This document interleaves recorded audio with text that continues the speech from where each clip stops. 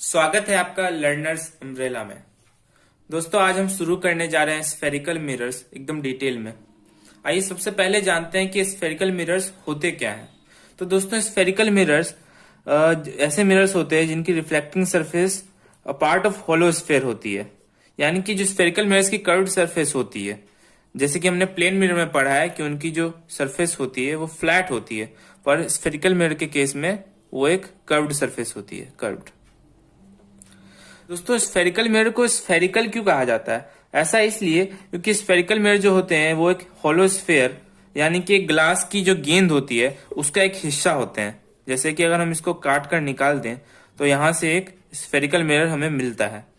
जैसे कि आप इस इमेज में देख सकते हैं, यहाँ पर आपको एक ग्लास की गेंद में से आपने एक हिस्सा काट कर निकाल दिया और जो वो छोटा वाला हिस्सा है वही हमारा स्फेरिकल मिरर कहलाता है।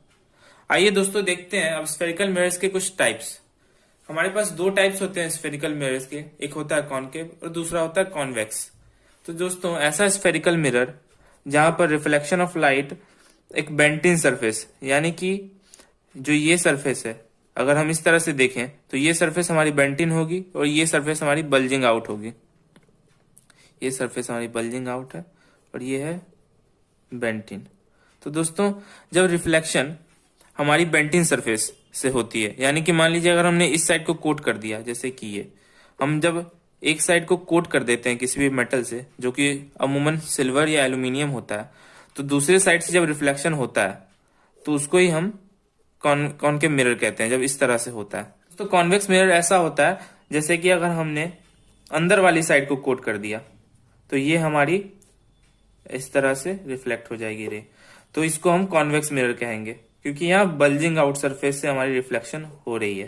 दोस्तों कॉनकेव और कॉन्वेक्स मिरर को हम एक एग्जांपल की मदद से समझ सकते हैं। जैसे कि ये आपकी स्पून रही, अब स्पून का जो अंदर वाला भाग होता है, यानी कि अंदर जो अंदर धंसा हुआ पार्ट होता है वो कॉनकेव होता है क्योंकि वहां पे से रिफ्लेक्शन हमारी अंदर वाले पार्ट से हो रही है, जबकि जो बाहर वाला हिस्सा होता है उसको हम कॉन्वेक्स सरफेस कहते हैं।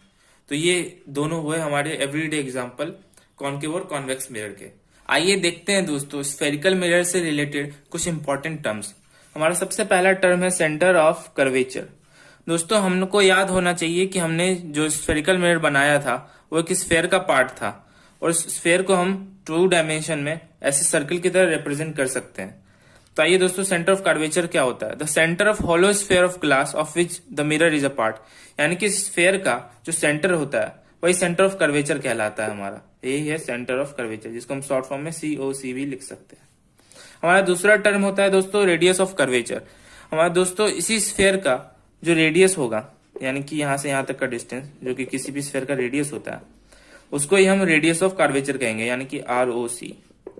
दोस्तों हमारा तीसरा टर्म है pole. The centre of spherical mirror is called is pole, यानी कि दोस्तों हमने स्फेरिकल मिरर कहा है, यहाँ स्फेयर नहीं कहा। तो हमारा जो ये हिस्सा यहाँ से यहाँ तक यही हमारा स्फेरिकल मिरर है, यानी कि कॉनकेव या कॉन्वेक्स जो भी ये पार्ट है उसका जो सेंटर पॉइंट होगा, यानी कि यहाँ से और यहाँ से सेम दूरी पर जो एग्जिस्ट करता हो उसे हम पोल कहेंगे। ये पॉइंट हुआ हमारा पोल। दोस्तों हमारा एक इंपॉर्टेंट पॉइंट है principal axis, straight line passing through centre of curvature and pole. तो दोस्तों हमारा सेंटर ऑफ कर्वेचर ये रहा और हमारा पोल ये रहा। तो अगर इन दोनों से पास होने वाली एक लाइन अगर हम बना दें तो इसे हम प्रिंसिपल एक्सिस कहेंगे, जैसा कि यहाँ पे रिप्रेजेंट किया गया।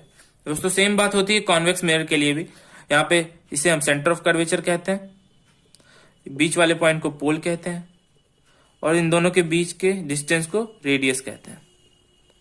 दोस्तों हमारा लास्ट टर्म होता है अपर्चर, एरिया और portion of the mirror at which reflection takes place, यानी कि दोस्तों ये जो पूरा स्फेयर है इसके कुछ हिस्से में ही रिफ्लेक्शन होता है, यानी कि इतने पार्ट को हमने काट कर निकाल लिया और जो भी रेज आएंगे वो यहीं पड़ेंगी। तो इस पूरे एरिया को, यानी कि दोस्तों जब हमने स्पून वाला एग्जांपल देखा था तो दोस्तों वो एक पूरा का पूरा एरिया होता था, जैसे कि आप यहाँ देख सकते हैं एक एरिया को रिप्रेजेंट करता है एक मिरर। तो दोस्तों ये जो एरिया है उसको ही हम अपर्चर कहेंगे, ये पूरा एरिया। उसी same to same convex mirror के लिए भी ये चारों पॉइंट्स अप्लाई होते हैं। दोस्तों आइए देखते हैं एक बहुत ही इंपॉर्टेंट टर्म प्रिंसिपल फोकस और फोकल लेंथ। प्रिंसिपल फोकस को हम फोकस के नाम से भी जानते हैं। तो दोस्तों हम दोनों मिरर के लिए देखते हैं। आइए प्रिंसिपल फोकस सबसे पहले कॉनकेव मिरर के लिए। Principal focus, a point on the principal axis to which all the light rays which are parallel and close to the axis converge after reflection. यानी कि दोस्तों जो भी प्रिंसिपल एक्सिस से लाइट रेज पैरेलल होकर आती हैं और जो क्लोज होती हैं उसके वो रिफ्लेक्शन के बाद सारी की सारी किसी एक पॉइंट पर आकर मीट करेंगी। इस केस में वो पॉइंट फोकस कहलाता है। ये कहता है हमें फोकस।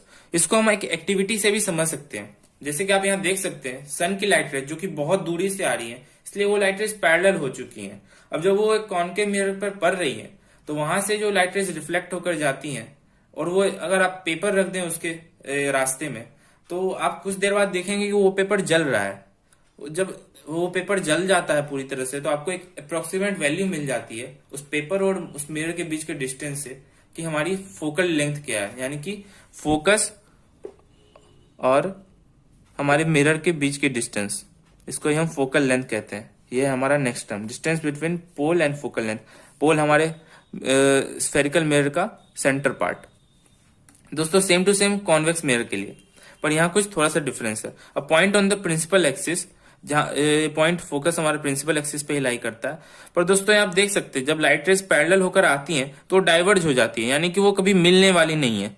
तो इसलिए हम उन्हें पीछे बैकवर्ड्स हम प्रोड्यूस कर सकते हैं। जैसा कि हमने वर्चुअल इमेज के केस में पढ़ा था कि हम जब कोई चीज लाइट रेज डाइवर्ज हो रही होती है तो हमें उन्हें बैकवर्ड प्रोड्यूस करना पड़ता है, और जहां पे वो जाके मीट कर रही है, जैसे कि यहाँ पे इस फोकस पर मीट कर रही है लाइट रेज, तो इस पॉइंट को हम फोकस कहेंगे।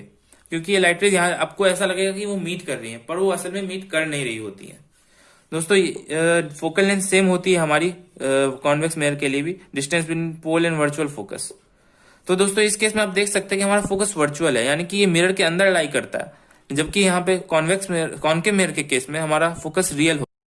तो दोस्तों कॉन्केव मिरर के केस में हमारा फोकस पोल के आगे लाई करता है, यानी कि मिरर के सामने रियली में एग्जिस्ट करता है, और हमारा कॉन्वेक्स मिरर के केस में फोकस मिरर के पीछे लाई करता है, यानी कि रियल में एग्जिस्ट नहीं करता है। ये एक वर्चुअल फोकस होता है। दोस्तों हम फोकल लेंथ और रेडियस ऑफ कर्वेचर के बीच का एक रिलेशन भी देख लेते हैं। अगर हम फोकल लेंथ को एफसी से डिनोट करें और रेडियस ऑफ कर्वेचर को आर से, तो हमारा फोकल लेंथ और रेडियस ऑफ कर्वेचर का ये रिलेशन है r/2, यानी कि ये इन दोनों के बीच का डिस्टेंस और इन दोनों के बीच का डिस्टेंस सेम होता है, r/2 होता है, ये भी r/2 ही होता है। और same to same convex mirror के केस में भी ये भी r/2 और ये भी r/2।